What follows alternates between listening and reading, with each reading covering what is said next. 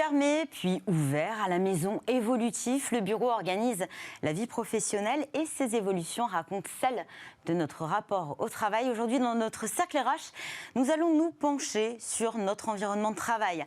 Un environnement plus mobile, plus flexible, est-il autant plus adapté, plus efficace, source de bien-être? Répond-il davantage à nos besoins? Eh bien, c'est ce que nous allons voir avec mes trois invités.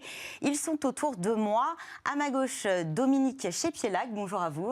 Bonjour madame. Vous êtes docteur en psychologie, psychothérapeute et coach. Vous êtes le co-auteur de ce livre « Télétravail, la révolution du home office », paru aux éditions First, un livre coécrit avec Pascal Leroy, qui est le dirigeant de la société CRM. Laurent Assouli, bonjour. Bonjour. Merci de venir sur notre plateau. Vous étiez déjà venu récemment, ethnologue en entreprise. Depuis un an, vous êtes même doctorant, c'est ça, hein? Tout à fait. Vous menez une thèse sur les pratiques de la sobriété à l'ère de la nouvelle révolution climatique. Vous signez d'ailleurs de nombreuses tribunes sur lemonde.fr relatives à ce sujet. Frédéric Miquel, bonjour. Bonjour. Vous êtes directeur général associé du groupe Cardam, acteur français indépendant et intégré de l'immobilier professionnel. C'est-à-dire que vous accompagnez vos clients de la réflexion à la concrétisation de leurs projets immobiliers. Et puis vous avez contribué également à un livre, Espace de travail, nouveaux usages et nouveaux enjeux, un livre de Delphine Minchella, paru fin novembre aux éditions Duno. Delphine Minchella, qu'on avait d'ailleurs reçue dans notre rubrique Bien dans son job il y a quelques semaines. Alors difficile de commencer cette table ronde sur l'évolution des bureaux sans évoquer la première révolution même majeure, le passage du bureau individuel à l'open space. L'idée est simple, venue des États-Unis, réunir des bureaux dans un espace ouvert, sans cloison. Un moyen, j'imagine, vous allez nous le dire, monsieur Miquel, d'optimiser l'espace et puis de réaliser aussi des économies. L'aménagement a totalement été bouleversé à ce moment-là.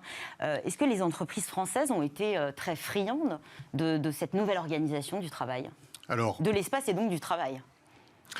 Vous l'avez évoqué, c'est une mode, si on peut appeler ça une mode, assez ancienne, ceci étant. Ça fait déjà une bonne vingtaine d'années qu'on parle de l'open space, qui est arrivé du monde anglo-saxon et donc qui s'est diffusé dans le tissu des entreprises françaises, d'abord par les grandes entreprises.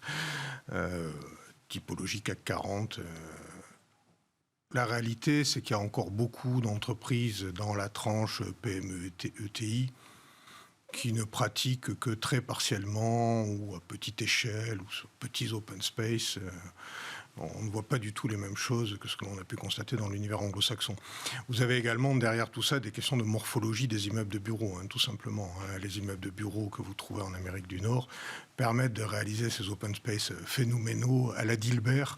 Pas forcément les mêmes voilà, parce que vous pouvez avoir des plateaux de bureaux très grands et qui sont presque carrés. C'est-à-dire que la question, par exemple, que vous retrouvez en Europe et en France en particulier, qui est celle de l'accès au premier jour, n'est pas une considération qui provoque beaucoup d'émotions du côté nord-américain. Donc voilà, déjà la morphologie même de ces espaces est quand même assez différente. Laurent Assouli, ce bouleversement de notre environnement de travail, pour certains, peut-être dans une moindre mesure dans les TPE, PME bien sûr, est-ce que ça a aussi bouleversé notre rapport au travail? Ah oui, rapport au travail et travailler ensemble aussi. Oui, forcément. Moi, je m'intéresse à la façon dont les gens, effectivement, vivent ces nouveaux environnements. Et notamment, je m'intéresse à toute la rhétorique qui permet de justifier pourquoi ces environnements plus ouverts, plus flexibles, et notamment l'idée d'avoir des bureaux qui ne sont pas attitrés. Et donc, ça, c'est assez intéressant. Donc, c'est un bouleversement complet. Il y a à la fois un discours d'entreprise qui consiste à dire que le salarié est un élément fondamental dans l'organisation de l'entreprise. Et en même temps, on lui raconte que finalement, pour son bien, on va partager son bureau en 2 ou en 3. Donc, vous voyez qu'il y a un discours antinomique et il y a une croyance qui consiste à dire, si vous voulez, que ces espaces ouverts vont favoriser la communication. Oui, ça a été l'argument majeur mis en avant d'ailleurs. Alors, il faut se poser la question et faire le distinguo entre la qualité et la quantité.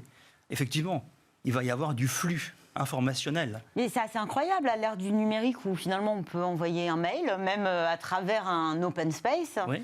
Finalement, on n'a pas forcément besoin d'enlever les cloisons pour communiquer.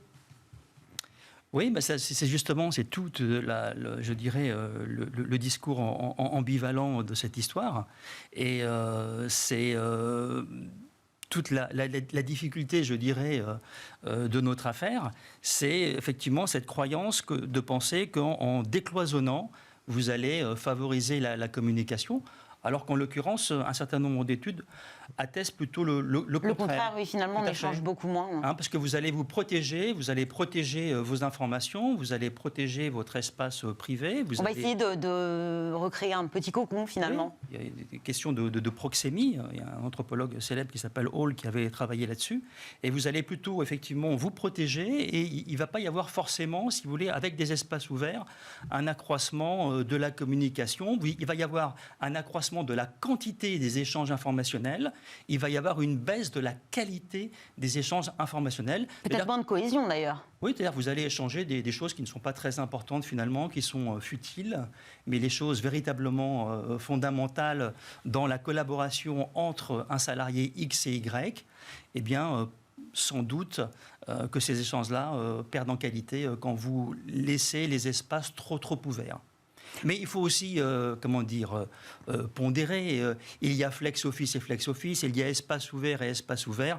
C'est une question de degré, voilà. Là, pas une question de nature. C'était déjà vraiment l'ouverture et abattre les cloisons, le flex office, on y reviendra. Alors, je ne sais pas si c'est futile ou pas, enfin, dans la nature des échanges, mais j'aimerais qu'on commente avec vous, Dominique Chepielac, ces chiffres. Selon une étude Saint-Gobain Ecofond par OpinionWay, ça a été réalisé très récemment, début décembre, auprès de 600 salariés travaillant en open space, près d'un salarié sur deux ne supporte plus son collègue. 51% déclarent avoir des maux de tête, d'autres symptômes comme fatigue ou irritabilité. Plus d'un salarié sur quatre veut changer de travail si les conditions actuelles de travail en open space ne changent pas. Ce sont les limites finalement de l'open space. On n'a jamais trouvé de solution à ça. Alors les solutions, j'ai envie de dire, c'est comme dans tous les domaines. L'enfer, c'est les autres, l'open space, de toute façon. Oui, les autres, c'est toujours l'enfer. L'autre en tant que différent. On aimerait que tout le monde nous ressemble, ça c'est l'idéal, sauf que c'est pas possible. Généralement, moi je m'appelle un peu urgentiste dans les entreprises, mais pas seulement. Généralement, effectivement, je dis aux personnes qui me sollicitent, le travail c'est le gâteau. Et s'entendre, c'est la cerise sur le gâteau. Il ne faut pas confondre les deux. Et effectivement, après ce passage en tout cas du télétravail, alors nous on parle aussi du home office, parce que le télétravail, ça a une dimension générique, le coworking, etc. Ça n'est pas vraiment chez soi. Donc au niveau juridique, c'est quand même important. Le fait d'avoir eu cette expérience chez soi, heureuse ou malheureuse, parce qu'après, il y a toutes les situations. On s'appuie beaucoup sur la dimension individuelle de la souffrance. Vous avez la souffrance au niveau des troubles musculo-squelettiques, etc., qui se sont accentués. Bref, tout ça pour dire que quand les gens reviennent, alors au début, ils étaient habitués à fonctionner d'une certaine façon avec des collègues qui toléraient plus ou moins, etc., ayant une opportunité de travailler autrement, ça devient insupportable. Donc forcément, j'ai envie de dire, les cartes sont redistribuées, rebattues, et en tout cas dans le travail que nous avons fait, parce qu'on était plusieurs, on parle de l'écologie, on parle du droit, on parle aussi de l'aménagement des bureaux. On s'est rendu compte qu'en fait, avec le home office, les travails, enfin, en fonction de votre positionnement par rapport à ça, les demandes sont devenues de plus en plus individuelles. Et donc, on revendique plus un confort. Et un confort dans les échanges avec les autres. Alors moi, je suis tout à fait d'accord avec monsieur, je suis désolé, je n'ai pas retenu. Laurent, voilà.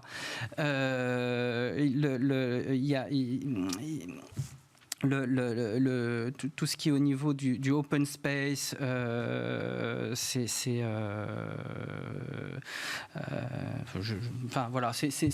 un point très important et l'influence américaine. Enfin, je veux dire, bien souvent on mélange les référentiels, on mélange aussi les moyens et ensuite ça donne pas le même résultat. Donc, je pense que je serais très intéressé par la thèse de monsieur. En tout cas, il y a un référentiel qu'on n'a pas choisi, c'est le télétravail, puisque souvent on a été mis un petit peu en urgence au premier confinement. Tout d'un coup, si on était en open space auparavant, on a vu réapparaître des cloisons, on était chez soi. A priori, chez soi, on ne menait pas sa vie professionnelle. Pas toujours très bien vécu par les salariés, vous disiez, effectivement. On n'était pas équipés de la même manière. Souvent, on avait les enfants aussi peut-être avec nous. Oui, et puis aussi, on oublie, on parle des salariés, mais on oublie aussi les dirigeants. C'est difficile aussi de tenir une boîte quand on est à distance. Nous, en fait, quand on a écrit ce livre, on s'est dit mais pourquoi prendre parti ? Enfin, je veux dire, la souffrance. En tout cas, nous, c'est un peu notre spécialité. La souffrance. Ce n'est pas l'apanage des salariés. C'est l'apanage de tout le monde. Enfin, je veux dire, quand vous changez les paramètres, c'est plus les mêmes repères, c'est plus les mêmes exigences, c'est plus le même lien, c'est plus le même accompagnement. Enfin, pour tout le monde, c'est compliqué. Et là, on s'est rendu compte aussi pendant d'ailleurs cette phase de télétravail massive, qu'on avait besoin de réengager finalement dans un espace ouvert. C'est ça aussi, c'est le lien, ça nous manque finalement, même si ça a des limites. Oui, absolument. Les sujets sur lesquels nous travaillons avec nos clients actuellement tournent souvent autour de ça. Comment assurer le lien social et ce que moi j'appelle le partage d'un système de représentation, parce que toutes les collectivités humaines fonctionnent, de bonne volonté je dirais, fonctionnent sur un partage de représentation. On croit globalement aux mêmes choses. Alors on va parler de sens de l'action, etc., etc. On parle d'une culture même, au large. On parle de culture, voilà. Bon, il y a tous ces mots complexes qui sont là-dedans. Et donc effectivement, quand on se met dans un autre lieu, quand on éclate l'espace-temps de travail, donc que ce soit un tiers-lieu, que ce soit à la maison, quand on est nomade, ça peut être dans un train aussi bien d'ailleurs, on est exposé à ce risque-là. Je ne dis pas qu'il se matérialise chaque fois, mais on est exposé à ce risque-là qui est la perte du sens commun, mais c'est aussi la perte de la loyauté au groupe, à qui suis-je loyal. Il y a des tas de mécanismes de ce type-là qui se mettent à l'œuvre et qui sont assez déstructurants, en fait, qui sont déstructurants du fonctionnement collectif, mais qui sont aussi déstructurants de l'individu. C'est enfoncer une porte ouverte. Il y a des gens plus experts que moi sur le sujet, que de dire que le travail structure la personne humaine, au moins dans nos sociétés. Oui, et la vie collective est un élément important de notre existence. Et donc, il faut faire attention à ça. Et donc, effectivement, une des nouvelles fonctions qui est maintenant exigée des espaces de travail où on ne va plus venir aussi souvent, on va ne plus venir régulièrement, peut-être moins régulièrement, c'est de recréer du lien, de recréer des représentations communes, donc de recharger symboliquement l'action, en fait. C'est un point sur lequel on insiste. Oui, excusez-moi, c'est un point sur lequel on insiste sur le livre. Enfin, je suis ravi de l'entendre sous cet angle-là aussi. Alors, je ne vais pas revenir avec Freud, mais Freud, on lui avait posé un jour la question, c'est quoi être normal ? Il disait aimer et travailler, Leben und Arbeiten. Et oui, le travail, c'est une identité sociale. C'est extrêmement important d'avoir une identité. Enfin, je veux dire, vous êtes ce que vous faites aussi. Et cet aspect-là est important. Et lorsque vous travaillez chez vous, on n'est pas avec ses pairs. Vous n'êtes pas. Et puis, alors il y a un autre auteur, je ne vais pas vous saouler avec mes références, mais vous avez un auteur comme ça qui travaillait en psychiatrie, qui s'appelait Jean Houry, qui parlait du temps informel, l'importance de la machine à café. Oui, bien sûr. Oui, ce sont ces petits échanges qui ne sont pas prévus. Mais qui sont essentiels, parce qu'on échange autrement. Vous avez, quand vous avez des échanges informels, c'est plus facile d'avoir l'aide de celui avec lequel vous prenez le café, la cigarette, etc. Par contre, si c'est formel, c'est moins naturel. Et puis c'est plus compliqué. Ça n'est plus une relation humaine, c'est une relation fonctionnelle. C'est pas le même type d'échange. Exactement. Et ce qui facilite le fonctionnel, c'est le personnel. Toujours, ça a toujours été comme ça. Vous voyez bien, les amis, vous êtes en entreprise, etc. La personne avec laquelle vous êtes lié, vous travaillerez mieux avec elle. Alors, ce dont on s'est aperçu, alors par voie d'étude, avec un terrain de quelques milliers de salariés, dont les nôtres d'ailleurs, c'est qu'en fait, dans cette situation de télétravail, alors certes, contrainte et forcée par la crise sanitaire, donc il faudra prendre du recul, c'est une situation qui était particulière. Exceptionnelle. Mais qui va laisser des traces comportementales. On s'est aperçu qu'en fait, tous les processus de travail qui étaient très cadrés, très balisés, se sont déroulés, parce qu'ils étaient formels, se sont déroulés à peu près sans encombre. On a suivi la marche. Tous les processus qui relevaient, qui nécessitaient des ajustements mutuels des parties, se sont effondrés. Et pourquoi ? Parce que les ajustements mutuels des parties, c'est justement la capacité à négocier de façon implicite et explicite, de s'ajuster à l'autre, de trouver des compromis, de trouver des terrains d'entente, etc., etc. Et effectivement, les situations de télétravail et typiquement les tunnels de visioconférence ont réduit la relation de travail à son formalisme le plus sévère. C'est ça. Oui, alors, beaucoup moins spontané derrière un écran. D'une productivité remarquable. Les réunions d'une heure duraient 1 heure. D'ailleurs, vous avez un petit truc qui vous annonce dans un coin de l'écran, vous n'avez plus que 5 minutes de temps de réunion. Voilà, mais ça a réduit. Donc tout le travail vraiment très opératoire, fonctionnel, s'est déroulé sans encombre. Tout le reste, alors, les sujets transverses, on parlait un petit peu plus tôt de créativité, justement. En télétravail, la créativité fortement... Compliqué. Souvent, les processus de créativité sont des mécanismes de rebond. Et parce qu'on se nourrit avec des autres aussi. Exactement, ce sont des mécanismes de rebond les uns sur les autres. Et parlant des échanges, il y a aussi la transmission.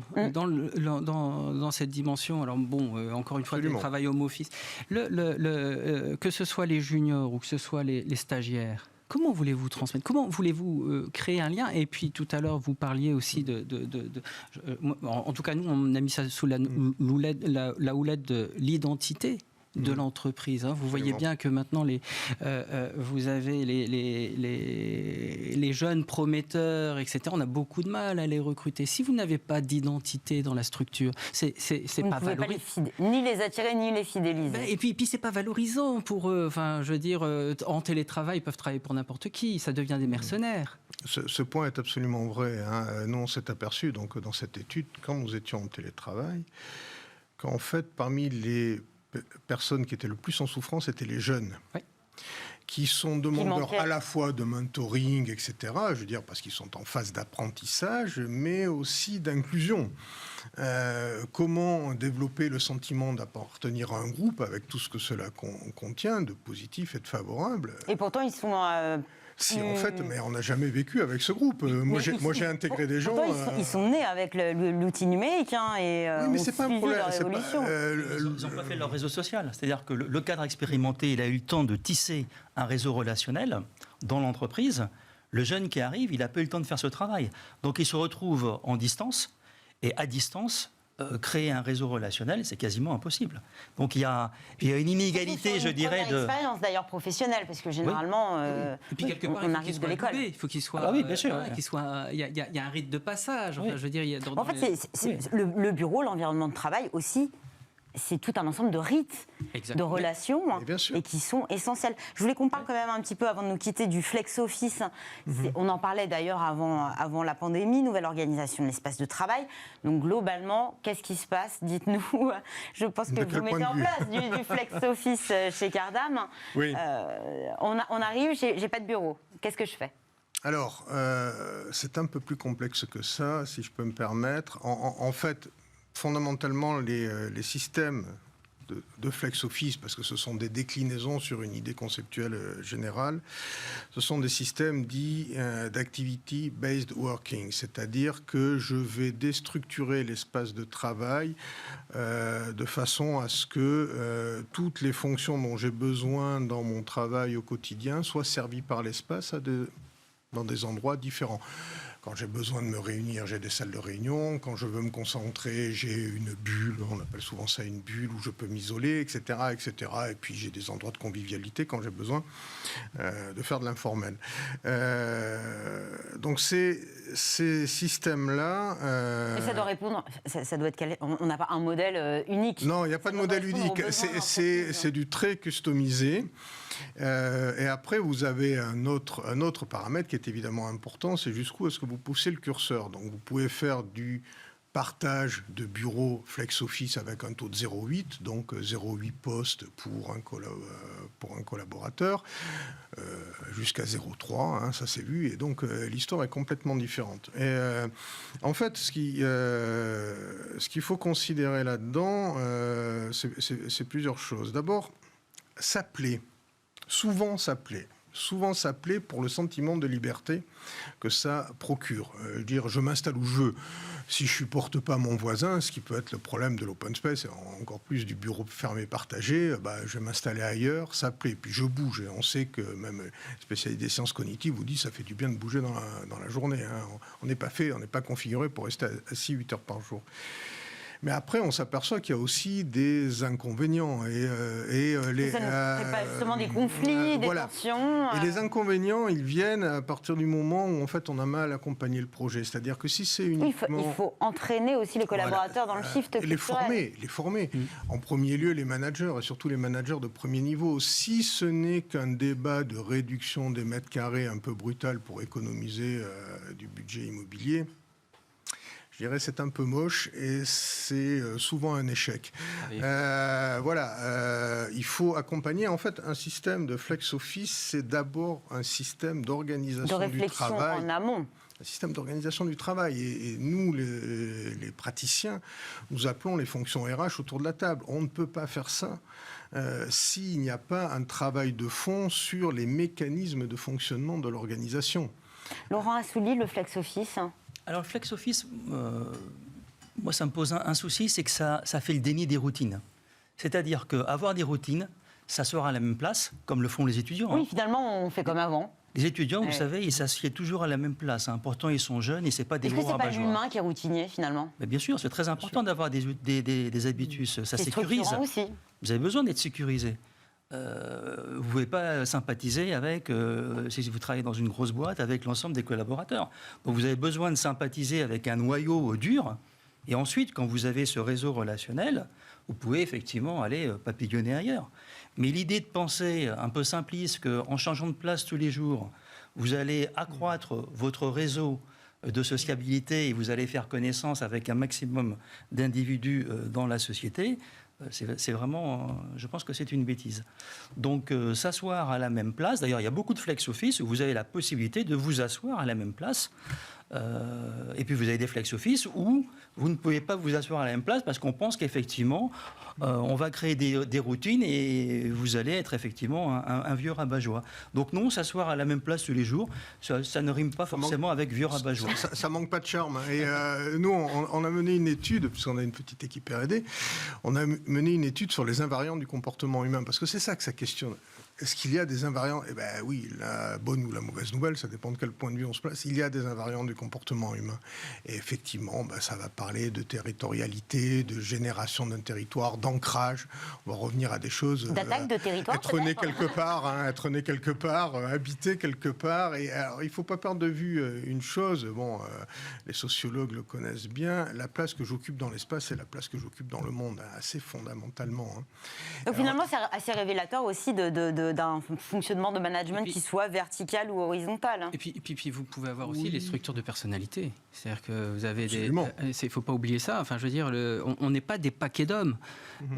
On est chacun tous différents. Oui. Si on gère les gens comme des paquets, forcément, ça va ruer dans les brancards et c'est normal. Enfin, je veux dire, on est des êtres humains. Enfin, je veux dire, c'est un point essentiel à respecter dans un premier temps. Vous avez des personnes, le fait d'être à cette place, d'avoir certains repères, etc., ça leur permet d'être dans de bonnes conditions de travail. Et pour d'autres, non. Et si vous n'entendez pas ça... Absolument. vous fichez tout en l'air. Et ensuite, ça dépend des structures, des postes. Enfin, je veux dire, à chaque fois, enfin, en tout cas, nous, dans le livre, on en parle. Il faut toujours un diagnostic. On parle de quoi, de qui. Donc, pas se lancer dans l'aventure sans. C'est-à-dire que. Ne pas appliquer de recettes toutes faites. Exactement. En fait. C'est pas one size fits all. À chaque entreprise, sa solution. Oui. Désolé, le temps s'écoule. Et ça va très, très vite. Merci en tout cas à tous les trois. Dominique Chépielac, docteur en psychologie, psychothérapeute et coach, Laurent Assouli, ethnologue en entreprise, et Frédéric Miquel, directeur général associé du groupe Cardam. Smart Job, c'est bientôt terminé, mais ce n'est pas encore fini. Tout de suite, c'est Fenêtres sur l'emploi.